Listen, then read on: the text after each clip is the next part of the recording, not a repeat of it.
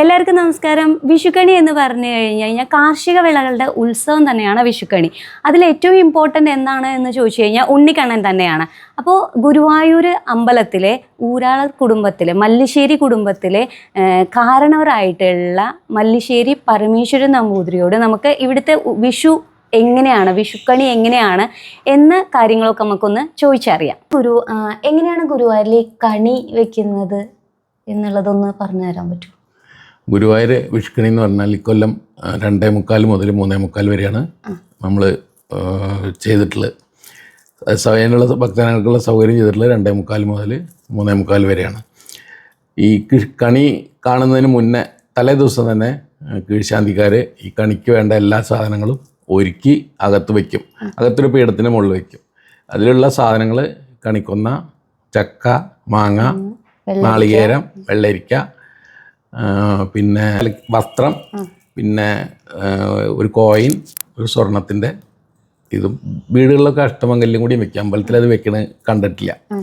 ഇത്രയും സാധനങ്ങൾ ഒരുക്കി വെക്കും.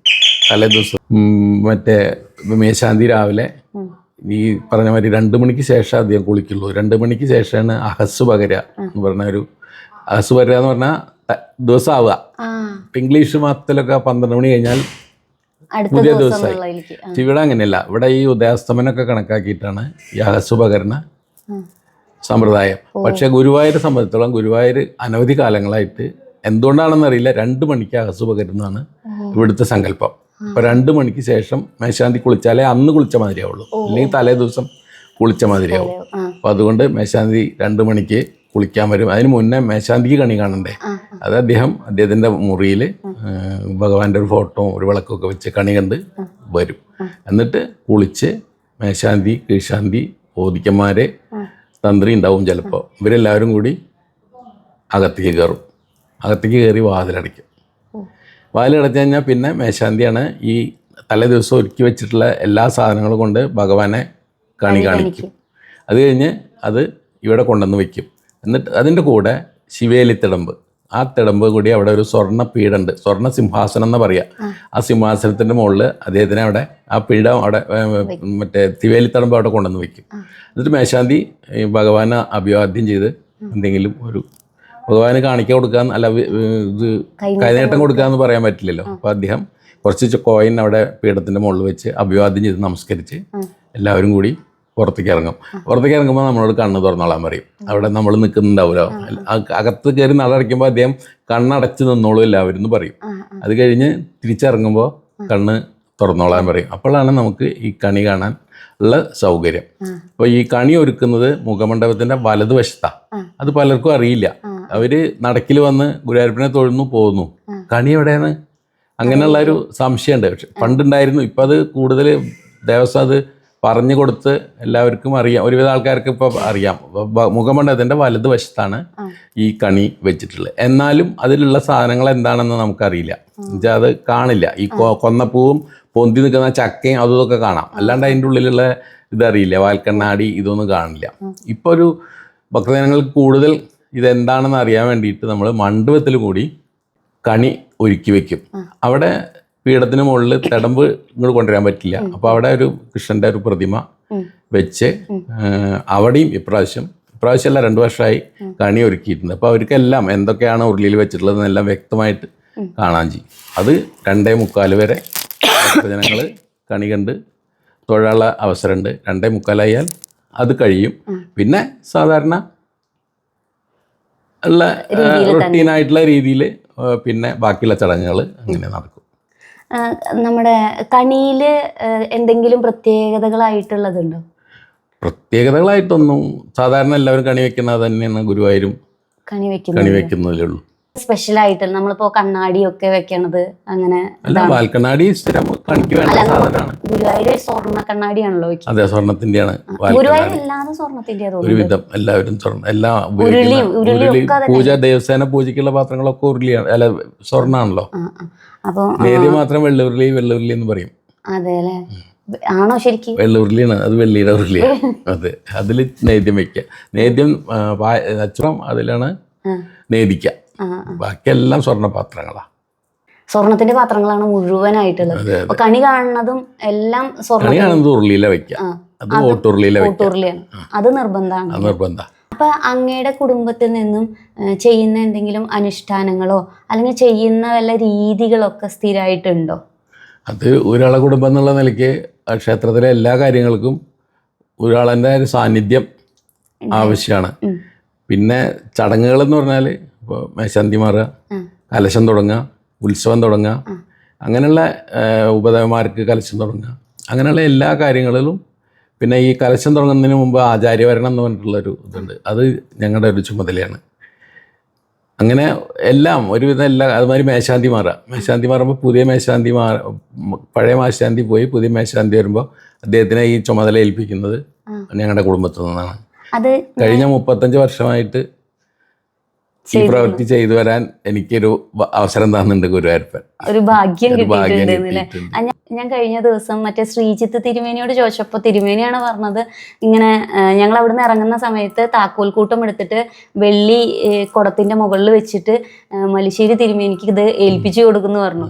അപ്പൊ അങ്ങനെ നമ്മൾ ചെയ്യുന്ന ചടങ്ങുകൾ, പക്ഷെ അത് മലിശ്ശേരി തിരുമേനിക്ക് ഏൽപ്പിക്കില്ല. അതവിടെ ഒരു മണ്ഡപത്തില് കുടം കമത്തി വെച്ചിട്ട് അതിന് മുകളിൽ താക്കോൽ വെച്ചിട്ട് നമസ്കരിച്ചിട്ട് ഇറങ്ങും. പുതിയ മേശാന്തി കയറി നമസ്കരിച്ച് അവിടെ ഇരുന്ന് കഴിഞ്ഞാൽ ഞാൻ ഇതെടുത്ത് നല്ലോണം ഗുരുവായൂരപ്പനെയൊക്കെ പ്രാർത്ഥിച്ചിട്ട് ഇത് അടുത്ത ആൾക്ക് കൊടുക്കും. ദിവസം കഴിയണ എൻ്റെ ഗുരുവായൂരപ്പ എന്ന് പറഞ്ഞിട്ട് അടുത്ത ആൾക്ക് കൊടുക്കും. അപ്പൊ ഞങ്ങൾ ഒന്നും കേറുമ്പോഴും ഒന്നും ഇതാവണില്ല. അതാണ് ഈ കുടം കമത്തി വെക്കണതിന്റെ ഐതിഹ്യം. അതാണ് ഞങ്ങള് ഒന്നും കൊണ്ടുപോയിട്ടില്ല എന്നൊക്കെ ഇവിടെ എന്നെ സമർപ്പിച്ചിട്ടുണ്ട് എന്നുള്ളത്. അതാണ് അതിന്റെ പിന്നില്. ഇനിയിപ്പോ ചെറുപ്പത്തിലൊക്കെ നമുക്ക് ഉണ്ടാവുന്ന വിഷു ഉണ്ടല്ലോ, അതിന്റെ എന്തെങ്കിലും വിഷു പറഞ്ഞാൽ പട്ടക്കം പൊട്ടിക്കുക, ഹോളിഡേ, നല്ല ആഘോഷം, കളി, ഇതൊക്കെ തന്നെ. പിന്നെ ഈ രാവിലെ അച്ഛനൊരു ഉറുപ്പ്യ തരും എഴുന്നേറ്റായിട്ട്, മരിക്കുന്നവരെ എല്ലാ കൊല്ലവും ഒരു രൂപ തരും. ഇപ്പൊ കാരണവരെ ഇപ്പൊ ആരും എനിക്ക് തരാൻ ആരും ഇല്ല, ഞാൻ എല്ലാവർക്കും കൊടുക്കണം.